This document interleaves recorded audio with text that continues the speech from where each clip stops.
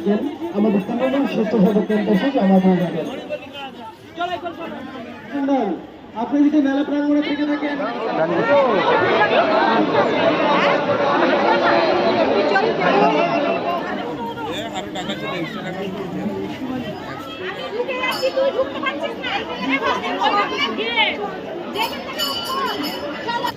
তো বন্ধুরা চলে এসেছি কল্যাণী ঘোষপাড়া। ঘোষপাড়ায় সতীমার মেলাতে চলে এসেছি।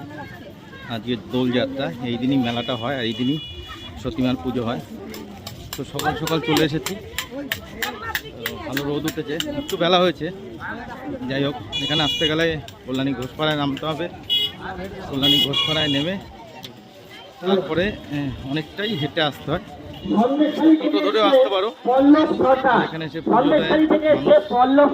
আর তারপর বাদবাকিটা ভিডিওর মধ্যে দেখাচ্ছি, তো তোমরা সাথে থাকো।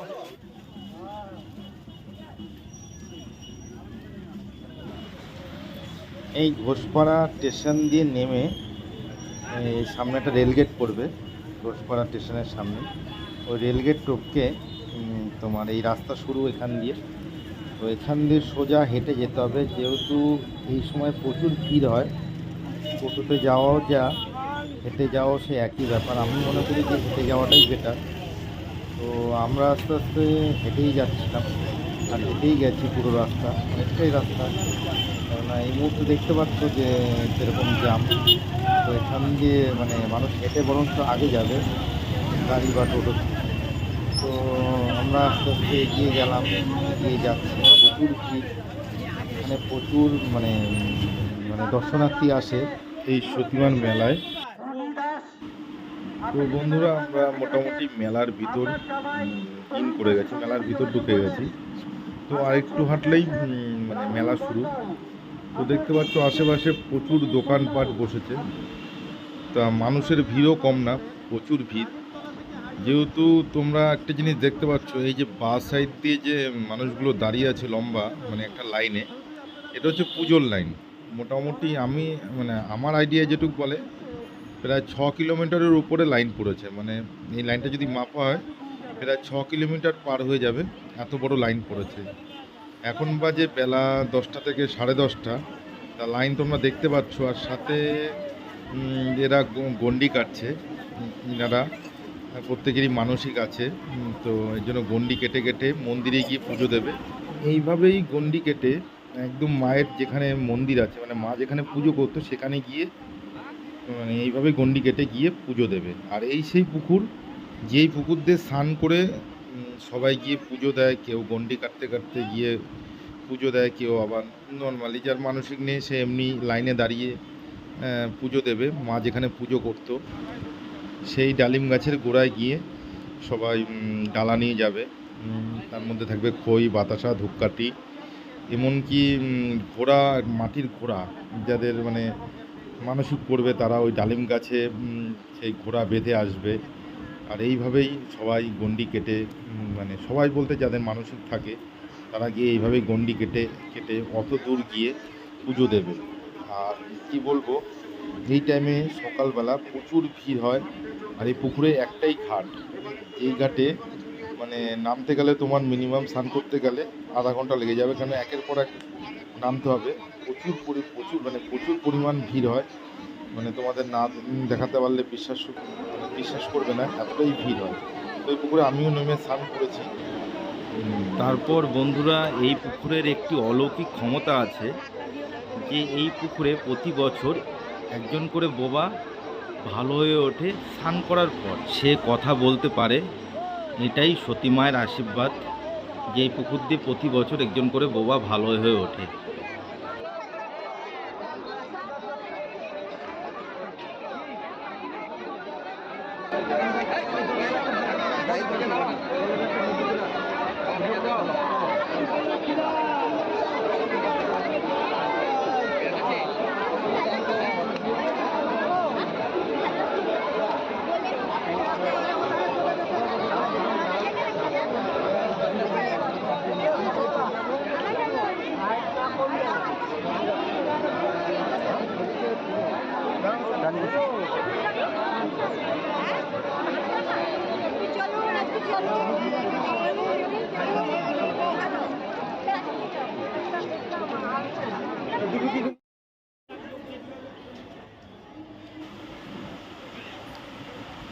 তারপর আমিও যখন স্নান করে যখন মন্দিরের দিকে যাচ্ছিলাম যে পুজো দেব, তখন দেখলাম মন্দিরের পাশে কিছুটা দূরে একটা জায়গায় এরকম প্যান্ডেল করে মায়ের মূর্তি এনে মাকে পুজো করেছে, সতীমাকে।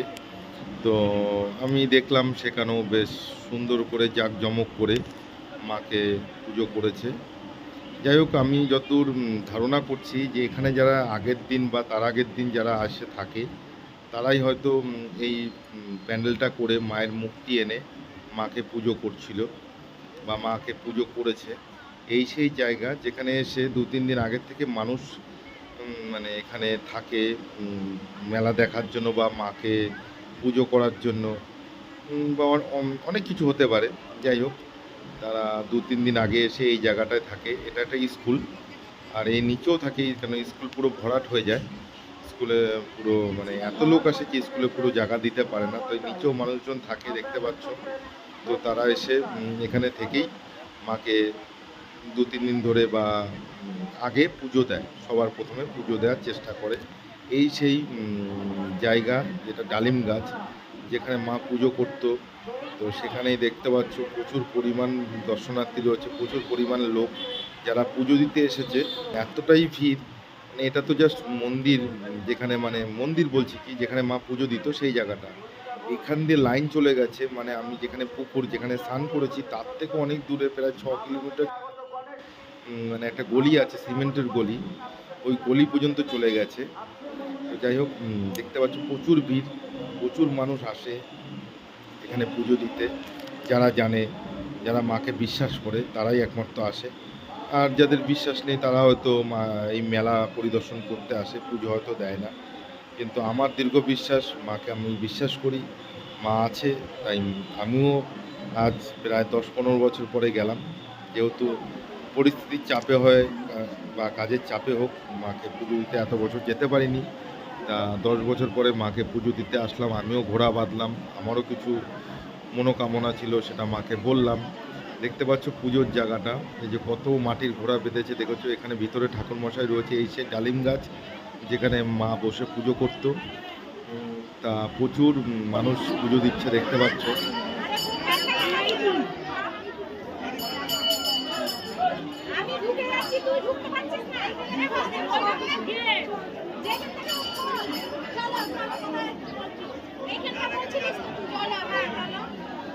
আমি ঢুকে যাচ্ছি, আমি তো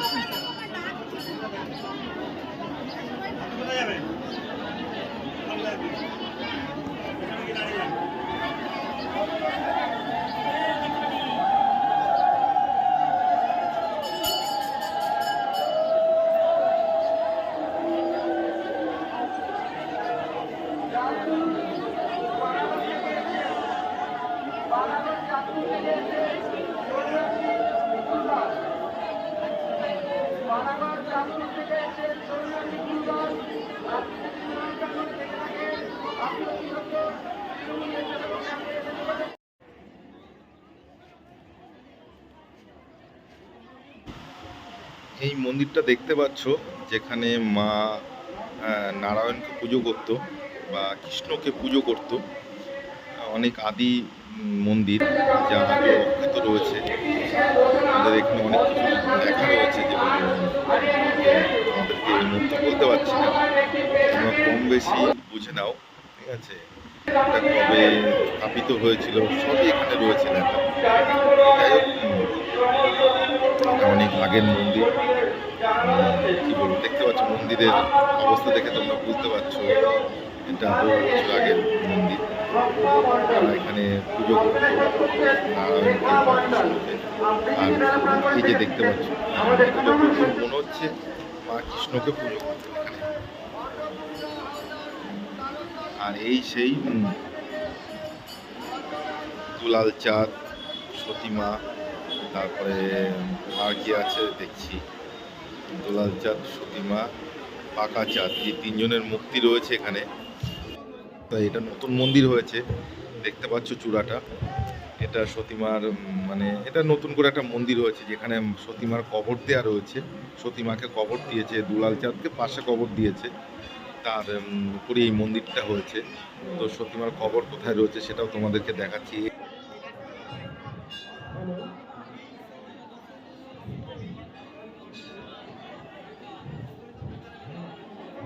এই যে সতীমা, এটা না সরি, এখানে রয়েছে দুলাল চাঁদের কবর। আর এই পাশে আছে, মানে এই বাঁ সাইডে তোমাদের এখনই দেখাবো বা দেখাচ্ছি, এই যে বাঁদিকে রয়েছে তোমার হচ্ছে সতীমার কবর। মানে হ্যাঁ, সতীমার কবর রয়েছে। এই যে সতীমাকে দেখতে পাচ্ছ, এই সতীমার মুক্তিকে কাপড় দিয়ে ঢাকা রয়েছে, এই তার কবর রয়েছে। তো আমি এই পাশ দিয়েও তোমাদেরকে দেখানোর চেষ্টা করব যে এই জায়গাতে সবাই, এখানেও দেখছো ঘোড়ার, যে ঘোড়ার যে মূর্তি, মানে ঘোড়ার যে মাটি দিয়ে যে ঘোড়া বানানো, সেটাও এখানে বাজছে দেখতে পাচ্ছ। এর ভিতরে সতীমার মানে কবর রয়েছে, এখানেও সবাই পুজো দিচ্ছে বা মানসিক করছে বা প্রার্থনা করছে। তো যাই হোক, এটুকু মানে এই জায়গাটা সেই জায়গা যেখানে সতীমাকে কবর দেওয়া হয়েছিল। তারপরে আমরা চলে আসলাম, মানে মেলার থেকে কিছুটা বেরিয়ে চলে আসলাম। এখানে দেখলাম খাওয়ার দোকান রয়েছে, বেশ বড় বড় কচুরি, মানে বড় বড় লুচি।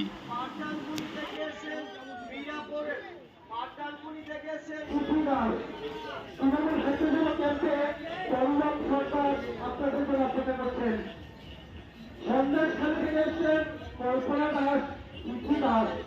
তৃণমূল স্বেচ্ছাসেবক ক্যাম্পে পল্লব সরকার আপনাদের জন্য অপেক্ষা করছেন। তো এখন আমরা বেরিয়ে যাচ্ছি, ট্রেন ধরে যেতে হবে, অনেকটা রাস্তা হেঁটে যেতে হবে। তো আস্তে আস্তে আগেই যাচ্ছি, পুজো স্থান কমপ্লিট, তাই এবার এখন বেরিয়ে যাচ্ছি আমরা।